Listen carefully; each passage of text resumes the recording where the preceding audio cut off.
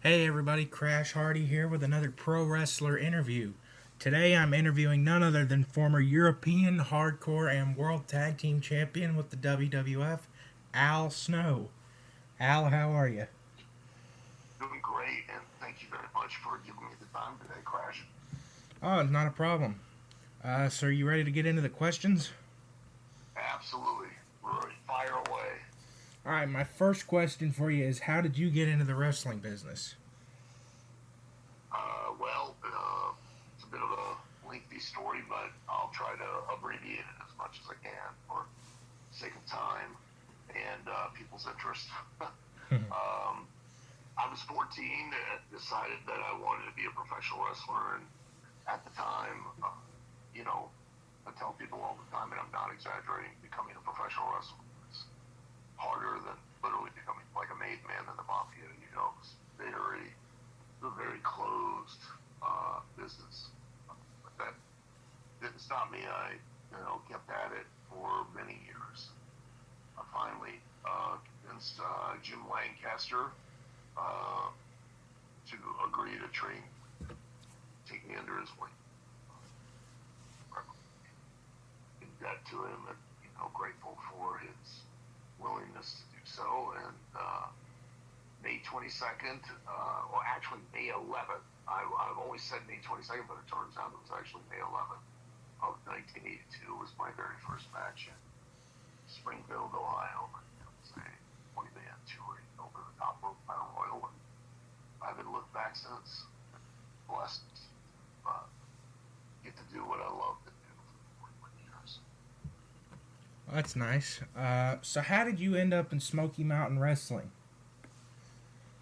Well, I had known Jim Cornette for, probably since 1984, and I know Jimmy had started Smoky Mountain Wrestling like in 1990. I finally was able to get an opportunity in 95, and really, quite honestly, the sole reason that I got that opportunity was because I had, at the same time, had just prior had been training in Severn to be a professional wrestler, and Dan wanted to pursue UFC Ultimate Fighting Championships, and I trained Dan and trained Dan for UFC 4 in Tulsa, Oklahoma, and was in his corner, and uh, Jimmy saw me there, saw me make a kind of a smart ass remark to a guy who was trying to interview Dan after the second fight, because at that time in UFC you didn't fight in one fight, you fought three. It was a tournament, so you fought the first fight. Then if you won that one, you fought the second fight. Then you won that one, you fought the third fight. You won the championship, and it was completely different than what it is now, because Dan fought a guy who was a Muay Thai fighter in the first fight, then fought a style karate opponent in the second fight, and then fought Hoist Gracie, who was jiu-jitsu, in the third fight. And unlike today, where it's more of a MMA is more of a style unto itself. Every fighter's got both a ground game and a stand up, striking game. Back then, the Muay Thai guy was strictly Muay Thai. He didn't know anything once you got him off his feet. And the same goes with the long style karate. I mean, they were individual disciplines that they were matching against other disciplines to find out what was the greatest fighting style, which really was just ultimately was to, promote Gracie Jiu-Jitsu. And, and I kind of knew that. And when the interviewer came over and was trying to pump Dan to, say something in regards to what he's going to do, I was going to prepare for Royce Gracie, and talk about how tough and all that stuff. Dan didn't say anything, and I stood there, and I was like, I made a smart ass comment that showed Jimmy I had a personality that he didn't know I had, and he, had interest and had an opportunity because at the time he had Glenn Jacobson and Smoky Mountain. Eddie Gilbert was originally Glenn's partner, and Eddie left to be the booker in Puerto Rico, and that Jimmy needed somebody to take that place, that spot with Glenn Jacobs, and he saw me those remarks and got inspired and gave me the opportunity. The rest is history.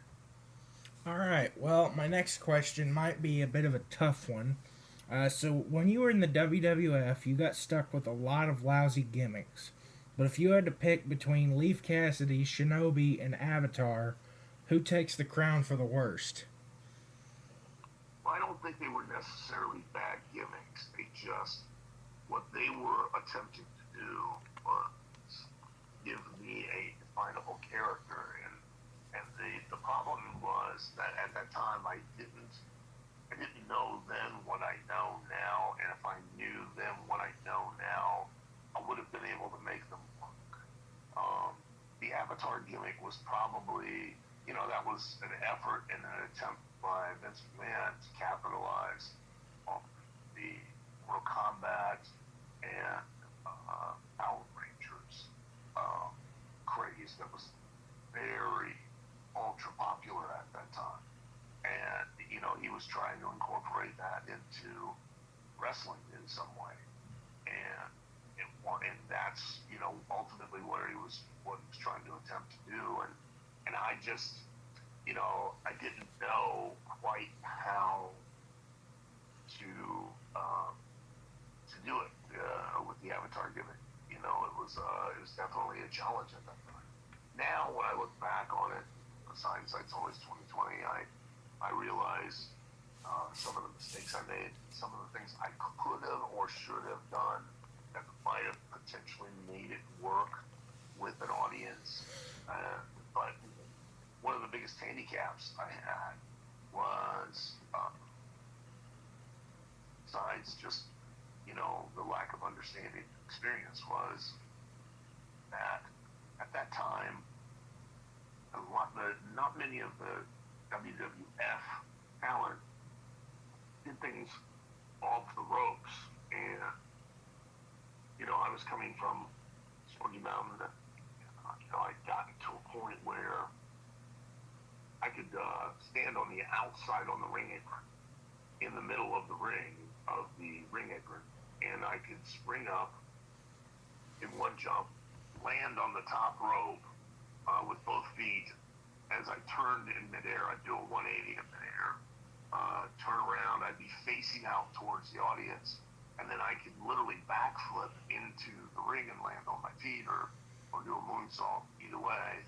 And now the reason I was able to do that was because it was steel cable.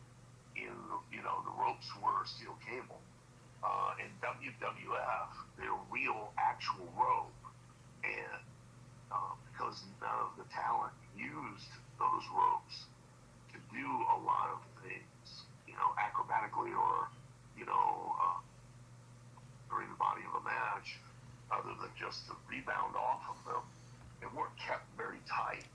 And, when there were a lot of much bigger guys like Yokozuna, etc. up there at that time, and by the time you would go to the ring, well, the ropes would be, they're real ropes, so they would stretch out, so they'd be even looser. So they were so loose that I couldn't utilize them to do a lot of typical work, typical athletic things that I had done in Smoky Mountain. And as such, it kind of limited what I think Vince was visualizing as far as actual in-ring type of things that I would do. And, I couldn't, they were so hazardous and so unpredictable that I didn't do any of that stuff that I had done, for so long and so often, prior to it. And I think that resulted in, the character or, should have won. Vince had won. All right. Well, next up, after you went from the WWF, you would head to ECW in '97, where you would meet a new friend by the name of Head. Uh, could you go into a little bit of detail as to where that came from? Sure. 87, my contract was for 2 years with WWF, and I sent my request for my release in 90 days prior, because I was going to quit.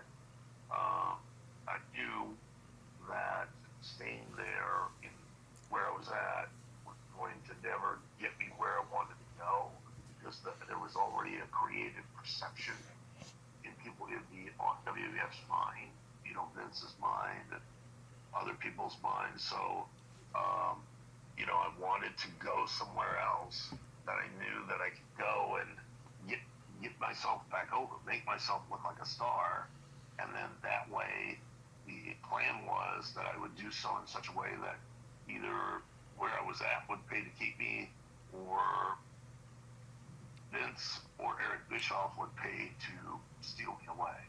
So, and I knew that staying where I was at, I was going to be stuck. That there was no way I was going to go any further forward. So it was a necessity. So I tried to quit, and they had an option for a third year that I forgot, and they rolled my contract over, and I was stuck. And at the time, none of us really we kind of suspected, but didn't really know that Paul Heyman was really working hand in hand with this band. We didn't know to what degree or how much, but it turned out that they were. And Chris Candido, God bless his heart, he and Paul had came to a WWF Raw TV. I got to talk to Chris talked to Paul, and then Paul spoke to Bruce Pritchard, and kind of basically they put me on loan to ECW as talent. And I, went there. Paul had no plans or intentions with me. Just did that as a favor, basically, to, Vince and Bruce. And went there with the intentions of that I was going to make myself a star. And, I had the thought process that if anyone that was a WWF fan had been watching me for the last several years as cast me, they would assume that anybody that was that happy all the time had to become crazy. And if you were a fan, like a lot of the ECW fans were, that knew about me as Al Snow, that anybody that had been wrestling was on that had been wrestling, had yet to really have that level of success that they desired, that the stress would eventually cause you to have a nervous breakdown or be crazy. So I started trying different ways to show that I had lost, I had a nervous breakdown, had lost my mind. And by picking at my clothes incessantly, by different actions, even talking to myself, which and more, all kinds of things. And I was reading a book on animal psychology and how to, show or demonstrate that I had some kind of issues. And came upon a lady, it was a case study, and she had schizophrenia, and she had what they had termed transference disorder, meaning that, the objects, things that she heard voices from, she thought they were crazy, not her. And so, I had just wrestled the great Sasuke at the arena, ECW arena, that night, and we were in the back, and we were taking photos together for shooting Yamaguchi for, it was Weekly Golf in Japan, Japanese wrestling magazine. And I saw a styrofoam head, and I thought, you know what, I'm going to treat that styrofoam head real, and they speaking to me, and they are crazy. So it would always be a very adversarial relationship between the two of us. Where, I'd be trying to maintain control, but feeling like they were taking over, back and forth. Sorry, interacting in that manner, and started doing it. Paul had no plans or intentions of doing anything, but it just started connecting. For the grace of God, it started getting over, communicating to an audience, and one thing led to another. Thank goodness for thank God, and thank God it worked. So, I've had a career ever since. All right. Well, my next question is you had one of your biggest matches in ECW facing Shane Douglas in the main event of WrestlePalooza 1998. Why do you think Paul Heyman was hesitant to put the world title on you? I don't know. It would all be speculation on my part. I'm sure a large part of it was at the time I had already made arrangements, to go back to WWE. I re-signed with WWE. That was at that time. Al, could you speak a little bit louder? Yeah, sorry, I said at that time I had made arrangements or had re-signed with WWF to go back. So, that might have been part of that decision. It could have been, that, Paul was genuinely, because everyone, I'm not saying this because it's me, but everyone pretty much knew and felt like I was going to win, the world title, and have told me since that they felt like I should have. It was the one decision that was best for business, and when I didn't win the world title, they said they stopped watching. But I think Paul was looking for one, he knew that I had already resigned, and two, I think he was looking to swerve the audience and, do something they didn't anticipate and expect. And, I think that, he had his reasons. He had to make his decision. What those were, I'm not totally 100% privy to, but, he chose not to put the world title on me. He could have put it on me, and then a week or two later could have had Taz take it off of me. Taz took it off of Shane a very short time after that in Buffalo, New York, I think, at the next TV taping. So, could have done the same with me as well, but for whatever reason, Paul chose not to do it. All right, well, you would eventually make your way back to the WWF, where the head gimmick would get over pretty well, but eventually they changed it up and wanted you to have a dog. Yes. Where did that come from? Well, Vince Russo came to me. He had seen the movie Son of Sam and had seen where the killer had, heard voices from a dog, heard the dog talking to him. And he pitched me the idea, the whole, Kennel from Hell and Boss Man kidnapping the dog and the whole thing. And all of that was based off of two things. One was the Son of Sam movie, and the second was a real life story of Mr. Fuji kidnapping his neighbor's dog, that he hated the dog and he hated the neighbor apparently, and kidnapped the dog. And then when the neighbor was distraught and over not being able to find his dog, invited him over for dinner and basically had cooked the neighbor's dog and fed it to him. Wow. And so, yeah. And, pretty vile, if you think about it. And so that was the impetus or the inspiration for the whole angle story between Bossman and I. And Russo came and pitched it to me, and I'm not saying this to absolve myself of any responsibility or anything, but the very first thing I said was, we're going to have trained animals, correct?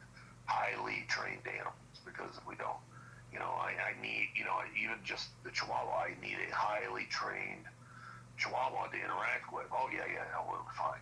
And then I should have seen the writing on the wall when, like, a week or two later, we started the whole thing, and, they brought a Chihuahua that wasn't trained, that they had just contacted a local veterinarian clinic in Detroit, Michigan, and, got a list of owners of Chihuahuas, and then, contacted a lady who brought her Chihuahua to the arena, and we used that dog.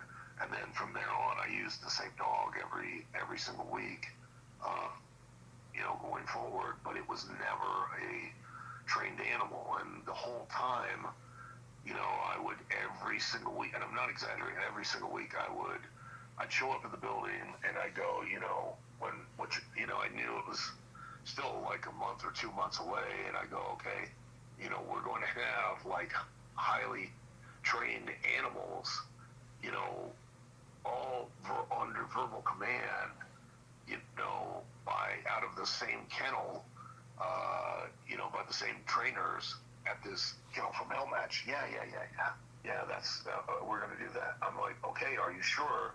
Yeah. And every week I'd be told that we were going to have trained animals, and well, we all know the result of that. I mean, got to Charlotte, see like 10 or 11 different owners with 10 or 11 different dogs, and once I go out and have a conversation with them, I find out that only one of the dogs had a bit of obedience training. None of the dogs were trained at all. So literally the entire crux of the story, the match and the angle built around the dogs, and we couldn't utilize them in any way, so it just, hamstrung us, Boston and Ray Trailer and myself from the very start. We were just done at that point, and it's become a topic of conversation, since then. Really, the only reason it has is because, Mick Foley went out of his way to, make fun of it, and, which everybody should make fun of it. I mean, it was terrible, but, and it was Ray and I's responsibility to, make the best of a very, very bad situation. But, you can only make so much shoe polish out of a pile of shit, and it just was what it was. I mean, we were both pretty well screwed as far as that was concerned. Well, my next question involves Mick Foley. So who would you say is a better tag team partner, Mick Foley or Steve Blackman? Steve was awesome. They're both great for different reasons.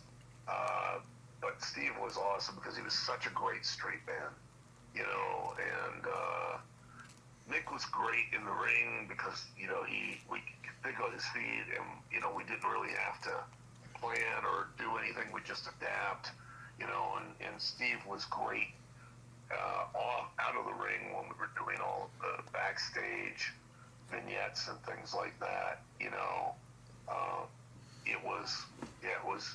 I mean, I had chemistry with both of them, but I had chemistry with both of them in different ways for different reasons. I see. So when you became the European champion, every week you would come out from a different country, or sometimes not even a country, sometimes just a random place like Transylvania. Who came up with that idea? Was it yours? No, that I think Brian Gewirtz, head writer, had came up with it because he came and proposed it to me, made said this is what we want to do, and and it took off. I felt ridiculous doing it, which is saying quite a bit considering all the ridiculous stuff I did. But the great thing was, with the gimmick that I had of being insane, and everybody misunderstands. They're like, "Oh, you're a great comedy wrestler." It's like, I never did comedy. I didn't do anything for comedy's sake. I did what I did because to be, legitimately insane means that you just have a skewed view of reality, and that gave me the freedom to be able to do things like that, to come out and because in my mind, in a crazy man's mind, I'm representing Europe as their champion. Well, I'm going to represent every country in Europe, and therefore I'm going to come out and dress accordingly, and bring out their national hero that I felt was for that country. And I was bringing out food products for every country that I represented, and it was an awesome time. And to this day, like, a lot of people have come up to me and remarked or commented about that run as the European champion, about how much they really enjoyed it, how entertaining it was. So, I'm really glad that I had that opportunity, and really enjoyed. At first, like I said, I went out there and felt stupid. You know what I mean? And then I made the decision, if I'm going to feel ridiculous, well, I'm just going to make this as ridiculous as possible in every circumstance. I would do that, and it worked. I mean, it made it more entertaining and made it work in spite of it. Maybe they didn't plan on it doing what it was going to do, but still did, simply because I embraced it. Well, I thought it was personally one of my favorite European Championship runs. So, Thank you. So what made you decide to take the role of being one of the trainers for Tough Enough, and how did that come about? Jim Ross contacted me. JR knew of my history of training wrestlers. And originally that was supposed to be primarily a vehicle for Taz. He was going to be the primary guy, but Taz had, at that time, had obligations as a commentator. I believe it was SmackDown. Might have been Raw too. I think it was SmackDown. And he was pretty busy with that, and so he could only be there on a partial basis. And I know that, when Jared had spoken to me about it, and he said, "Okay, great. Kevin Dunn's friend Big is going to talk to you at TV." And I'm like, "What's a Big?" And turns out it was, he's a great friend of mine, John Gaboric. Came, sat down with me at TV. We talked. I explained, he was telling me about some ideas about the show, and I said, "Well, I would do it the same way that I've always done it, which is you train them every day." I said, because, if they're going to be on the road, they're going to be on the road every day. They're going to have to get used to and acclimated to a life like that. And so then, and then the period of time that you're going to have to train them, that will expedite, their training and make them at least passable, by the end of the show. And he agreed, and, and of course, the producer, director, originator Ken Mock agreed as well. And that format of we would train Monday through Thursday. They would have Friday off, and Saturday and Sunday they would do extracurricular events on Saturday, and then Sunday was for what they call OTFs, which were on the fly interviews. And so the kids were pretty much working 7 days a week. And that was kind of the format, and we they came to me, and then it just kind of, I don't know, I kind of just was so blessed and lucky, and it worked, and everybody identified with me and as the trainer, and it kind of stuck, and I got to do it for 4 seasons, and it was really an awesome opportunity, and it's such a great experience, and I was so disappointed when it came to an end. What a shame. It was such a great vehicle and such a great uh, uh, avenue to expand the audience of wrestling. If you were a fan already, it just gave you greater respect and insight into just how challenging it can be to be a wrestler. And if you were not a fan, it gave you an appreciation and allowed you to learn who the young talent were, and then potentially have an interest in them and want to follow their careers, and thus become a fan of wrestling. So, I still think to this day that it was a mistake on WWE's part not to continue to pursue it. They did years later, a different incarnation, but it just never worked the same as the original. Didn't have the same spirit. I think I see what you're saying there. If you don't mind us going over our time a little bit, would you be willing to do Sure. some name association? Sure, yeah. All right, first name I got on the list for you is Marty Jannetty. Marty Jannetty, my old partner, and probably one of the most underappreciated, underrespected professional wrestlers in the business. Marty has made major contributions to professional wrestling. Marty is much more talented and adept than he's given credit. Without a Marty Jannetty, there would be no Shawn Michaels. Marty was instrumental in bringing Shawn up, teaching Shawn, etc.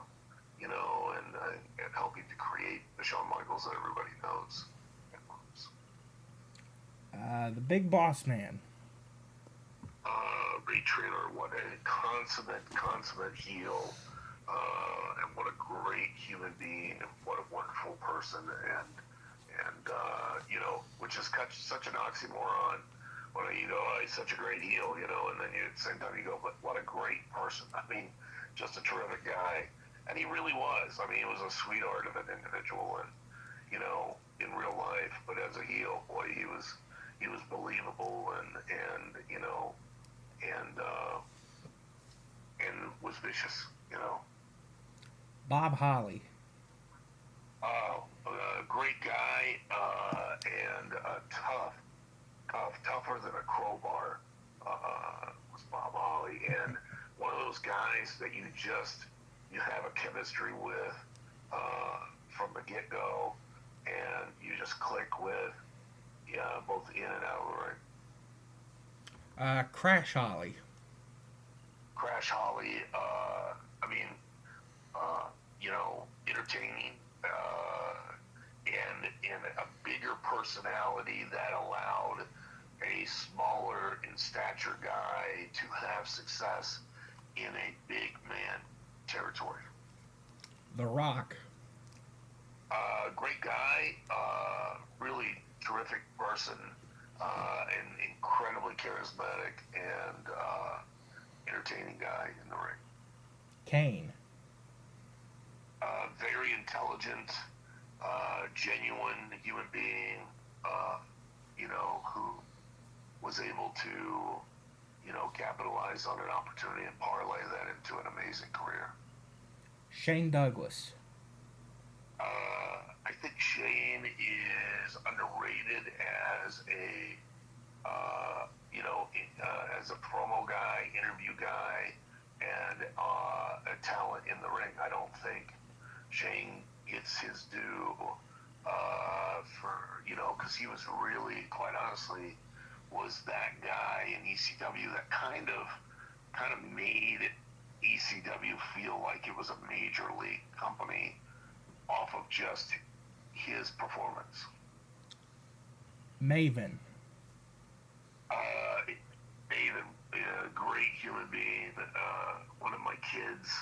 I think Maven would have been and should have been honestly, a major star and had every potential to do that if it hadn't been for that unfortunate injury where he broke his ankle and derailed him. I think, Maven would still be a major force in the wrestling business.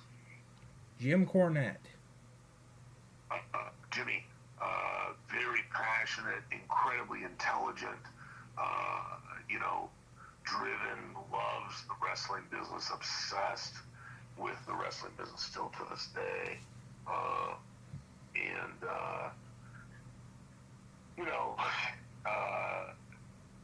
Jimmy is a person that, through his rantings and his ravings, I mean, he has, absolutely, quite honestly, jewels of information that, nobody just knows or understands on the level that Jimmy does about the professional wrestling business these days. Vince Russo. Vince Russo, very creative and a groundbreaking guy who, quite honestly, was instrumental in, helping to create a lot, and I do mean a lot of stars, because during the Attitude Era, Vince Russo was responsible for a large part of why the Attitude Era was so successful. He was very instrumental in making every single wrestler that went into that ring mean something to some degree. And he was very instrumental in you as a fan and everyone else being able to describe every single one of those wrestlers to your friends and family to motivate them to want to watch as well. All right, Dixie Carter. Dixie Carter, wonderful person, and let's face it, I mean, Dixie was the force majeure behind Impact Wrestling. Even when I was there, and still to this day, I have always remarked, and a large part of this was Dixie. It was the fact that Impact Wrestling was, putting on a show that was on the same level as a WWE, but was doing it with literally a third of the crew, third of the talent, a third of the production staff, a third of the not even a third. I mean, sometimes if you compare it apples to apples, it would be an eighth, of the resources that WWE had. The Impact did not have nearly the experience, didn't have nearly not even close to the connections.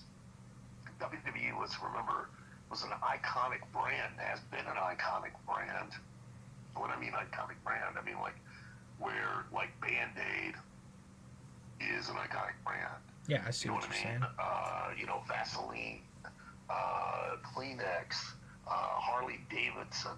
When it becomes an iconic brand because it describes product as a whole. Q-Tip is an iconic brand, and WWE has been that for decades. And for Impact to have even had a chance or a hope or even be mentioned in the same arena as WWE is a testament to, everybody and their hard work and their ingenuity, and that was a large, very much because of, the motivation by Dixie Carter. So. All right, Dan Severn.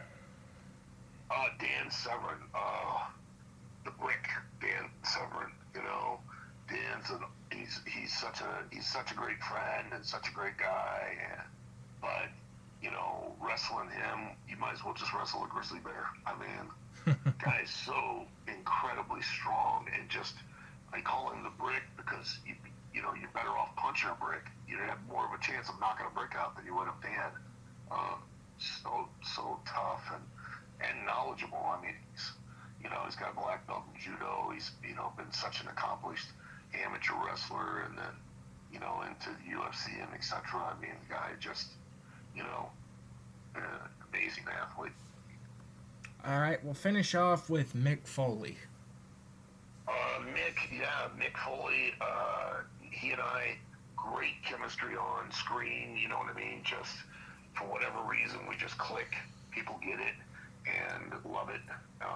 And, for years, Mick, in the locker rooms would be telling everybody, oh, when I get done wrestling, I'm gonna be a stand-up comedian. We'd all laugh, we're like, oh, yeah, right. And now he's a stand-up comic and nobody's laughing. So, which is kind of a joke. So. Well, Al, thank you for doing this interview with me. It was a pleasure to talk to you. You're one of my favorite wrestlers, so this has really been a great experience. Is there anything you would like to promote? September 13th on Netflix, the docu-series Wrestlers premieres on September 13th on Netflix. It is last year, Greg Whiteley, who was the director-producer of Last Chance U and Cheer, came to OVW, the company that I own, and did a documentary from the end of May to the end of August, documenting the trials and tribulations of the company itself, and it focuses on the wrestlers, and it gives a tremendous amount of insight into just what it takes to be a wrestler, and much like Tough Enough in a lot of ways. And it's my same hope that it'll give those that are fans of wrestling a new appreciation and respect, and for those that aren't, hopefully hook them and make them want to watch wrestling. And it's Wrestlers, and it will be on Netflix September 13th, and I encourage everybody to check it out. If you guys want to check out OVW, go to obwrestling.com. If you want to follow me on social media, you can follow me at The Real Al Snow. All right, Al. Well, thank you very much for doing this with me. It was a pleasure having you. Thank you, Crash. I really appreciate the time. All right, I will let you go. All right, man. Thank you very much. Take care. You too. Bye. Bye. All right, ladies and gentlemen, that was Al Snow. If you enjoyed this interview, please give it a like. If there's any wrestlers you'd like me to interview in the future, comment their names down below, and I might be able to do something. Please subscribe so you can see my videos whenever they come out. And if you hit the notification bell, you will get notifications every time I upload. Thank you all for watching. This has been another Crash Hardy Pro Wrestler interview. Goodbye.